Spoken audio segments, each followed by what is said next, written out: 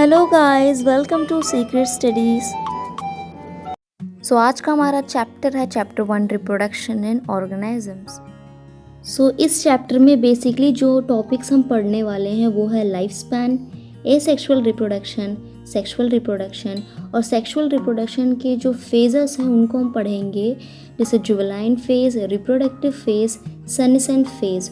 उसके बाद हम पढ़ेंगे इवेंट्स इन रिप्रोडक्शन, और इवेंट्स इन रिप्रोडक्शन है pre fertilisation event, fertilisation event और पोस्ट फर्टिलाइजेशन इवेंट। ओके, सबसे पहले हमें लाइफ स्पैन के बारे में जानना है कि लाइफ स्पैन क्या होता है।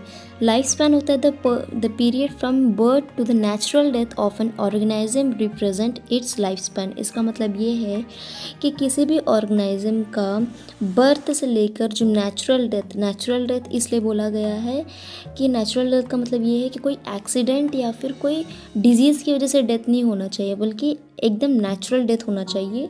वही इसमें बोला गया है कि ये जो टाइम होता है बर्थ से डेथ तक का, इसी को लाइफ स्पैन कहते हैं। और लाइफ स्पैन जो होता है वो डिफरेंट स्पीसीज़ में डिफरेंट टाइप्स के वैरी करते हैं, यानी कि हर ऑर्गेनिजम्स में अलग अलग तरीके के लाइफ स्पैन होंगे। और ये भी नहीं है कि लाइफ स्पैन ऐसा नहीं है कि साइज़ पे डिपेंड होता है कि जो बड़े साइज़ वाले होंगे वो ज़्यादा साल जिएंगे और जो कम साइज़ वाले होंगे वो कम साल जिएंगे, ऐसा बिल्कुल भी नहीं है। फॉर एग्ज़ाम्पल एलिफेंट है तो वो 60 to 90 ईयर्स जीता है, और जो पैरट होता है वो 140 ईयर्स जीता है। तो इसमें साइज़ का कोई ये नहीं है कि साइज़ पे डिपेंड करता है, ठीक है। नेक्स्ट हमारा टॉपिक है reproduction. Reproduction is defined as a biological process in which an organism give rise to young ones similar to itself. इसका मतलब ये है कि रिप्रोडक्शन क्या है, एक संतान मतलब प्रोड्यूस करना, और ये हर ऑर्गेनिजम्स अपने जनरेशन को बढ़ाने के लिए ये प्रोसेस करती है। तो रिप्रोडक्शन जो होते हैं वो दो टाइप्स के होते हैं। पहला है एसेक्सुअल रिप्रोडक्शन, दूसरा है सेक्सुअल रिप्रोडक्शन। जब भी कोई ऑफस्प्रिंग जो है वो सिंगल पेरेंट से प्रोड्यूस होता है और उसमें गैमेट्स इन्वॉल्व भी हो सकते हैं और गैमेट्स नहीं भी इन्वॉल्व हो सकते, यानी कि जो मेल फीमेल गैमेट चाहिए वो इन्वॉल्व हो भी सकते हैं और नहीं भी हो सकते हैं। तो ये ज़्यादातर ये सिंगल सेल ऑर्गेनिजम्स में होता है, तो इसमें सिंगल पेरेंट ही इन्वॉल्व होते हैं। तो ऐसे टाइप ऑफ रिप्रोडक्शन को हम एसेक्सुअल रिप्रोडक्शन कहते हैं। और जब भी जो रिप्रोडक्शन है वो दो पेरेंट्स के थ्रू होगा और इसमें जो है ये मेल और फीमेल गैमेट्स का फ्यूजन होगा, तो इस टाइप के जो रिप्रोडक्शन है इसको हम सेक्सुअल रिप्रोडक्शन कहते हैं। अब हम एसेक्सुअल रिप्रोडक्शन को थोड़ा अच्छे से देख लेंगे। तो इसमें पता है कि जो ऑफस्प्रिंग प्रोड्यूस होगा वो सिंगल पेरेंट से प्रोड्यूस होगा और गैमेट्स का फॉर्मेशन हो भी सकता है और नहीं भी हो सकता है। और इसमें जो गैमेट का फॉर्मेशन है ये इन्वॉल्व हो भी सकता है और नहीं भी हो सकता है। नेक्स्ट ये बोला गया है कि एसेक्सुअल रिप्रोडक्शन ज़्यादातर जो है सिंगल सेल ऑर्गेनिजम्स में कॉमन होते हैं, और प्लांट्स और एनिमल्स में जो सिंपल ऑर्गेनाइजेशन होता है जिसका, वो उसमें एसेक्सुअल रिप्रोडक्शन होता है। और बोला गया है कि जो ऑफस्प्रिंग्स बनते हैं सेक्सुअल रिप्रोडक्शन से वो जेनेटिकली और मॉर्फोलॉजिकली बिल्कुल सिमिलर होते हैं, यानी कि एग्जैक्ट कॉपी होते हैं एक दूसरे की, कोई भी डिफरेंस नहीं होता है, एग्जैक्ट कॉपी होते हैं। और इसी एग्जैक्ट कॉपी को हम क्लोन्स बोलते हैं। और प्रोटिस्टा और मोनेरा में जो पेरेंट सेल होता है वो दो न्यू इंडिविजुअल्स में डिवाइड हो जाता है, और इस तरीके के ऑर्गेनिजम्स में सेल डिवीजन जो होता है यही एकमात्र मोड ऑफ रिप्रोडक्शन है। सेल डिवीजन से ही ये लोग रिप्रोडक्शन करते हैं। अब रिप्रोडक्शन बहुत सारे टाइप्स के होते हैं एसेक्सुअल में, जैसे कि binary fission, budding, fragmentation, sporulation, vegetative propagation. तो सबसे पहले हम बाइनरी फिजन देखेंगे। ये इस टाइप का एसेक्सुअल रिप्रोडक्शन है जिसमें एक सेल जो होता है वो दो इक्वल हाफ में डिवाइड हो जाता है। उसके बाद वो दो इक्वल हाफ जो होता है वो तेज़ी से ग्रो करते हैं, फिर वो अडल्ट हो जाते हैं, फिर वो डिवाइड करने लगते हैं। एग्ज़ाम्पल में हम अमीबा ले सकते हैं और पैरामीशियम ले सकते हैं।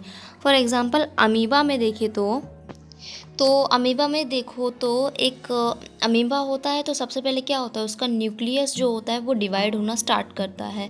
धीरे धीरे वो न्यूक्लियस बड़ा होता है, उसके बाद वो डिवाइड कर जाता है। न्यूक्लियस डिवाइड होने के बाद उसका जो साइटोप्लाज्म होता है अमीबा का, वो डिवाइड होना स्टार्ट करता है और फाइनली जो होता है वो 2 अलग अलग डॉटर सेल्स बना लेते हैं।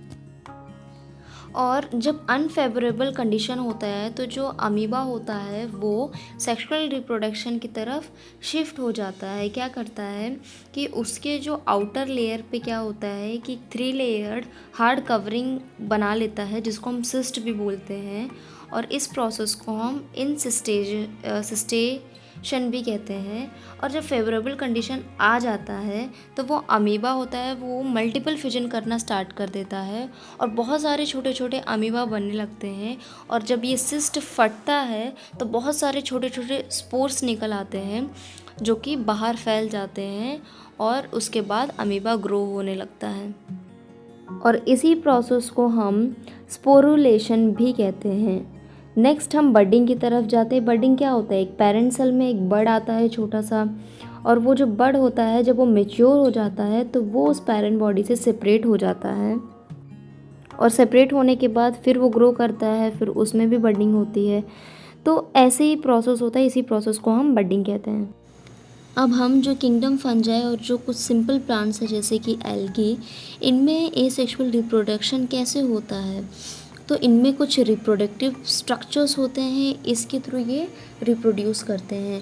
फॉर एग्जांपल जूस्पोर्स क्या होते हैं, तो हम जूस्पोर्स देख सकते हैं क्लेमाइडोमोनस में, जिसमें क्या होता है कि छोटे छोटे क्लेमाइडोमोनस होते हैं और उनमें फ्लैजिला होता है और वो मोटाइल होते हैं। मोटाइल का मतलब क्या होता है कि जो मूव कर सकते हैं, तो उनमें फ्लैजिला होते हैं और उनमें न्यूक्लियस भी होता है।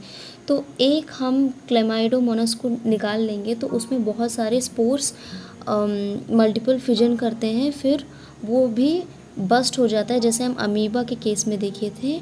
और उसमें से भी बहुत सारे छोटे छोटे क्लेमाइडोमोनस निकलते हैं, उसके बाद वो भी ग्रो करते हैं, तो वो भी ऐसे ही रिप्रोड्यूस करते हैं। नेक्स्ट है पेनिसिलियम।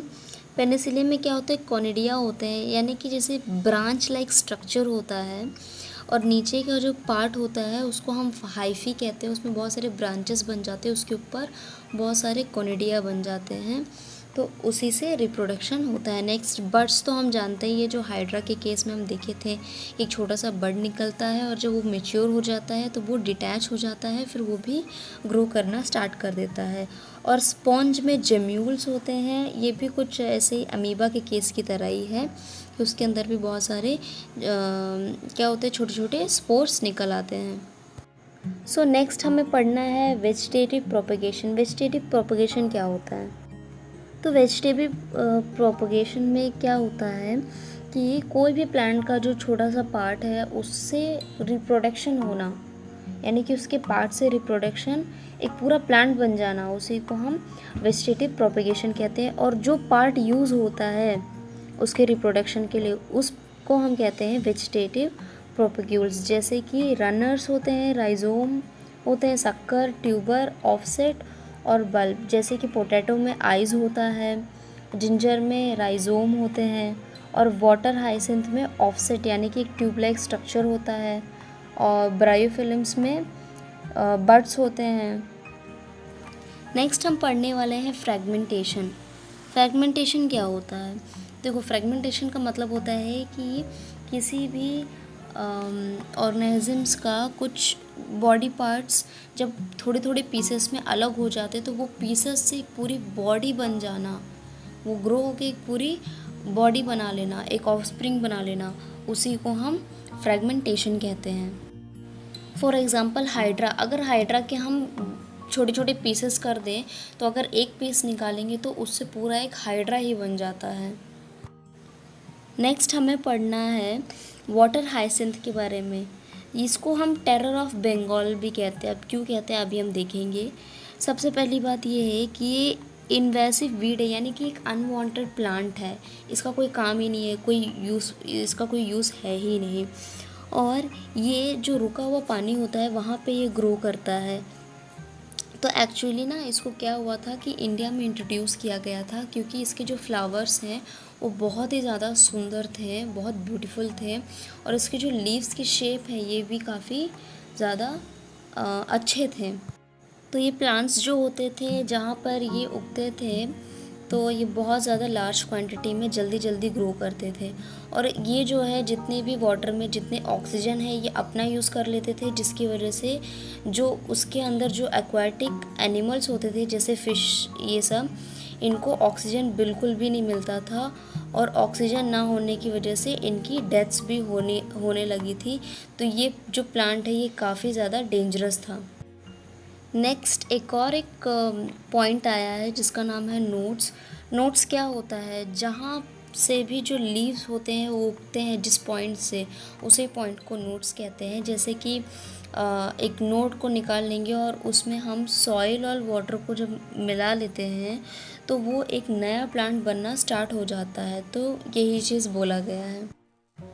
और जो सिंपलर बॉडी होते हैं जैसे कि एल्गी और फंजाई, ये अनफेवरेबल कंडीशन में ये सेक्सुअल रिप्रोडक्शन की तरफ शिफ्ट हो जाते हैं। सो नेक्स्ट हमारा टॉपिक है सेक्सुअल रिप्रोडक्शन। अब हम एसेक्सुअल रिप्रोडक्शन के बारे में पढ़े थे, अब हम जा रहे हैं सेक्सुअल रिप्रोडक्शन को पढ़ने। तो हमने पहले से भी देखा है कि इसमें क्या होता है कि मेल और फीमेल बोथ गैमेट्स इन्वॉल्व होते हैं रिप्रोडक्शन के लिए, और जो ऑफस्प्रिंग इनके फ्यूजन से बनता है वो बिल्कुल आइडेंटिकल नहीं होता है। फॉर एग्ज़ाम्पल अभी ब्रदर सिस्टर को ही देख लो तो वो एकदम एग्जैक्ट कॉपी नहीं होते हैं, वो डिफरेंट होते हैं, उनकी शक्ल अलग होती है, उनके आई का कलर अलग होता है, हेयर के कलर अलग होते हैं, तो ऐसे वो आइडेंटिकल नहीं होते हैं, वो डिफरेंट होते हैं। सो ये पॉइंट बहुत इंपॉर्टेंट है। हमने ये चीज़ पहले भी देखा था क्लोन में, एसेक्सुअल रिप्रोडक्शन में, कि क्लोन में क्या होता था कि बिल्कुल आइडेंटिकल एकदम एग्जैक्ट कॉपी होती थी, लेकिन सेक्सुअल रिप्रोडक्शन में ऐसा बिल्कुल नहीं है, ये आइडेंटिकल नहीं होते, एकदम एग्जैक्ट कॉपी, एकदम एग्जैक्ट हम बोल ही नहीं सकते हैं। नेक्स्ट हम पढ़ने जा रहे हैं different phases in sexual reproduction. सबसे पहले juvenile phase. The period between birth and sexual maturity is called juvenile phase, यानी कि जो ग्रोथ का टाइम होता है, जो छोटे साल जो चाइल्डहुड की जो टाइम होती है जब ग्रोथ होता है बॉडी का, उस टाइम को जुवेनाइल फेज कहते हैं। जैसे कि पबर्टी हिट करने से पहले, यानी कि 7 से 10 साल की उम्र हम बोल सकते हैं, तो इसी एज को हम जुवेनाइल फेज कहते हैं। नेक्स्ट ये है कि जो प्लांट्स में जो जुवेनाइल फेज होता है उसको हम वेजिटेटिव फेज कहते हैं, जुवेनाइल नहीं कहते, वेजिटेटिव फेज कहते हैं। नेक्स्ट आता है रिप्रोडक्टिव फेज। ये वो फेज़ होता है जहाँ पर जैसे पबर्टी हिट करती है, जहाँ पर रिप्रोडक्शन करने की एबिलिटी आ जाती है। फॉर एग्ज़ाम्पल जैसे टीनेज के एज से लेकर ओल्ड एज के पहले वाले टाइम पे हम कह सकते हैं। अब एक मेन टॉपिक आ रहा है, कुछ प्लांट्स ऐसे होते हैं जो अपने होल लाइफ में एक बार ही रिप्रोडक्शन करते हैं। फॉर एग्ज़ाम्पल जो बैम्बू होता है वो अपने होल लाइफ में एक ही बार रिप्रोडक्शन करता है, एक ही बार में लार्ज नंबर ऑफ फ्रूट्स वो दे देता है, उसके बाद वो डेथ हो जाती है उसकी, वो मर जाता है। और ऐसे ही एक और प्लांट है जिसका नाम है स्ट्रोबेलेंथस कुंथियाना, यानी कि नीलकुरिंजी, जो कि 12 साल में एक बार रिप्रोडक्शन करता है। और ये जो फ्लावर है ये लास्ट टाइम सितंबर से अक्टूबर तक 2006 में आया था। नेक्स्ट आता है सेनेसेंट फेज। ये ओल्ड एज वाला फेज़ है जहाँ पर एज जो होती है वो काफ़ी ज़्यादा हो जाती है, अप्रॉक्सीमेटली डेथ का टाइम आ जाता है। सो नेक्स्ट हम पढ़ने वाले हैं चेंजेस जो होते हैं रिप्रोडक्शन के टाइम पे, वो 2 टाइप के होते हैं, एक होते हैं साइक्लिक और दूसरे होते हैं हार्मोनल चेंजेस, ठीक है। तो साइक्लिक चेंजेस जो होता है वो भी 2 टाइप के होते हैं, एक ऑस्ट्रस साइकिल और एक मेंस्ट्रुअल साइकिल। तो इस चैप्टर में बस यही पढ़ लेना है कि हाँ ये 2 टाइप का है, इसके बारे में ब्रीफ में हम आगे के चैप्टर्स में पढ़ेंगे। नेक्स्ट हम देखेंगे ब्रीडर्स। ब्रीडर्स जो होते हैं वो 2 टाइप्स के होते हैं, एक सीजनल ब्रीडर्स, एक कंटिन्यू। सीजनल ब्रीडर्स वो होते हैं जो मतलब किसी पर्टिकुलर सीज़न में वो रिप्रोडक्शन कर सकते हैं। फॉर एग्ज़ाम्पल लिजार्ड है या फ्रॉग, ये सब विंटर में ही रिप्रोडक्शन कर सकते हैं। और जो कंटिन्यूस ब्रीडर्स होते हैं वो कोई भी सीज़न, उनको कोई फ़र्क नहीं पड़ता है सीज़न के अकॉर्डिंग, वो कभी भी रिप्रोडक्शन कर सकते हैं। और जो फेजेस हमने पढ़ा था, जुवेनाइल फेज़, सैनसेन फेज़, उसके बाद रिप्रोडक्टिव फेज़, तो ये सारे फेजेस के जो रेस्पॉन्सिबल होते हैं ये हार्मोन्स होते हैं। हार्मोन्स की वजह से ही ये सारे चेंजेस हमारे बॉडी में, ऑर्गेनिजम्स की बॉडी में होते हैं। सो नेक्स्ट जो टॉपिक है वो है इवेंट्स इन सेक्सुअल रिप्रोडक्शन। तो इस टॉपिक को मैं एक और पार्ट जो होगा मैं उसमें कवर करूँगी। सो आपको ये जितना भी मैंने पढ़ाया है वो समझ आया होगा, अच्छा लगा होगा, तो चैनल को सब्सक्राइब कर लीजिए ताकि मैं जितने भी वीडियोस भेजूँ आपको उसका नोटिफिकेशन मिल जाए। And please like the video.